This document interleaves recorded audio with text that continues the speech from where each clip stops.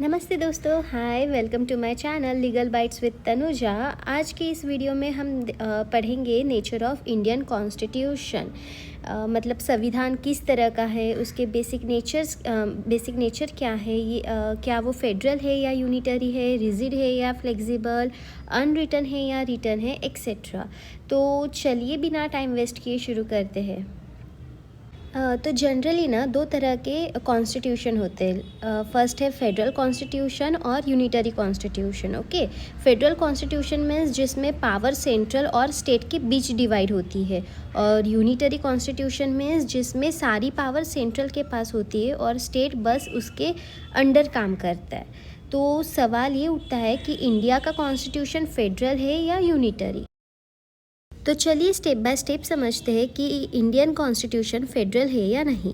तो फर्स्ट है dual government system. Okay, India में ना सेंट्रल गवर्नमेंट और स्टेट गवर्नमेंट दोनों अलग अलग लेवल पे काम करती है। दोनों के पास अपनी पावर और रिस्पॉन्सिबिलिटी होती है। ये फीचर ना फेडरलिज्म का बेसिक एलिमेंट है। सेकंड है डिस्ट्रीब्यूशन ऑफ पावर और डिवीज़न ऑफ पावर, जहाँ पे कॉन्स्टिट्यूशन ने पावर को क्लियरली डिवाइड किया है यूनियन लिस्ट, स्टेट लिस्ट और कॉन्करेंट लिस्ट में। यूनियन लिस्ट सिर्फ सेंटर के लिए है, स्टेट लिस्ट सिर्फ स्टेट के लिए और कॉन्करेंट लिस्ट दोनों के लिए है। ये डिवीज़न कॉन्स्टिट्यूशन के 7th शेड्यूल में दिया गया है और इसे ये पता चलता है कि कॉन्स्टिट्यूशन में फेडरल स्ट्रक्चर का प्रोविज़न है। ओके, थर्ड है रिटन एंड सुप्रीम कॉन्स्टिट्यूशन, जहाँ पे इंडियन कॉन्स्टिट्यूशन एक लिखित है, मतलब कि रिटन डॉक्यूमेंट है और जिसमें सेंटर और स्टेट की पावर क्लियरली लिखी हुई है। ये कॉन्स्टिट्यूशन सबसे सुप्रीम है और कोई भी लॉ अगर इसके अगेंस्ट है तो वो इनवैलिड हो जाता है। तो ये भी एक फेडरल फीचर है। नेक्स्ट इज़ रिजिड कॉन्स्टिट्यूशन, जहाँ पे कॉन्स्टिट्यूशन को अमेंड करने के लिए भी एक स्पेशल प्रोसेस है। कुछ अमेंडमेंट सिर्फ पार्लियामेंट कर सकती है, पर कुछ अमेंडमेंट्स ऐसे हैं जिसमें स्टेट की अप्रूवल भी ज़रूरी होती है। ये रिजिडिटी भी एक फेडरल कैरेक्टर दिखाती है। ओके, और फिफ्थ है इंडिपेंडेंट जुडिशियरी। अगर सेंटर और स्टेट के बीच कोई डिस्प्यूट होता है तो उसके फाइनल डिसीजन सुप्रीम कोर्ट लेती है। इसका काम दोनों के राइट्स को प्रोटेक्ट करना है और ये भी एक फेडरल फीचर है।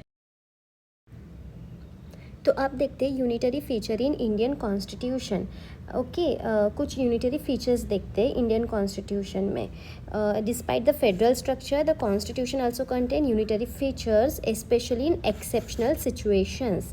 जैसे कि फर्स्ट है इमरजेंसी प्रोविजंस, जिसमें इंडियन कॉन्स्टिट्यूशन में सेंटर को ज़्यादा पावर दी गई है। ठीक है, कुछ इमरजेंसी सिचुएशंस में, जैसे कि इमरजेंसी के टाइम सेंटर स्टेट के मैटर में इंटरफेयर कर सकता है। इससे ना फेडरल स्पिरिट कम हो जाती है।